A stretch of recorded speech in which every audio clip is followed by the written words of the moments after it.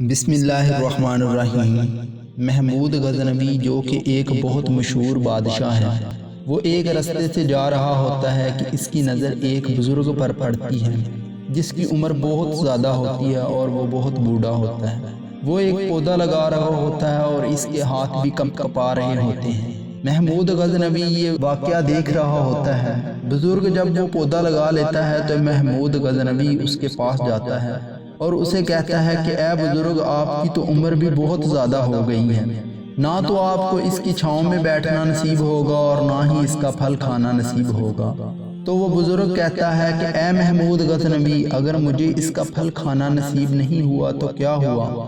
میرے پوتے تو اس کا پھل کھائیں گے۔ اگر مجھے اس کی چھاؤں میں بیٹھنا نصیب نہیں تو کیا ہوا؟ کوئی مسافر تو اس کی چھاؤں میں بیٹھے گا۔ محمود غزنوی یہ بات سن کر بہت خوش ہوتا ہے اور اسے ایک اشرفیوں کی تھیلی دے دیتا ہے۔ بزرگ جب اس سے یہ اشرفیوں کی تھیلی لیتا ہے تو اسے کہتا ہے کہ اے محمود غزنوی، تم تو کہہ رہے تھے تمہیں اس کا پھل نصیب نہیں ہوگا، ابھی تو میں نے یہ پودا لگایا ہی ہے اور اللہ تعالیٰ نے مجھے اس کا پھل عطا کر دیا ہے۔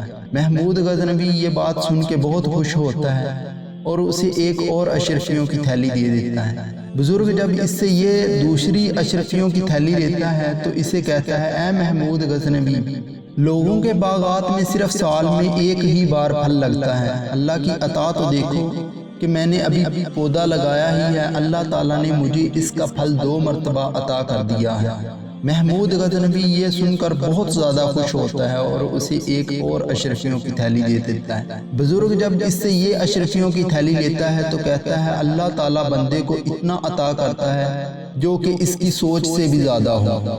دعا ہے رب العزت سے کہ ہم سب کو بھی نیک اعمال کرنے کی توفیق دے، کیونکہ حضور اقدس صلی اللہ علیہ وسلم کی ایک بہت مشہور حدیث ہے کہ انما الاعمال بالنیات، اعمالوں کا دار و مدار نیتوں پر ہے۔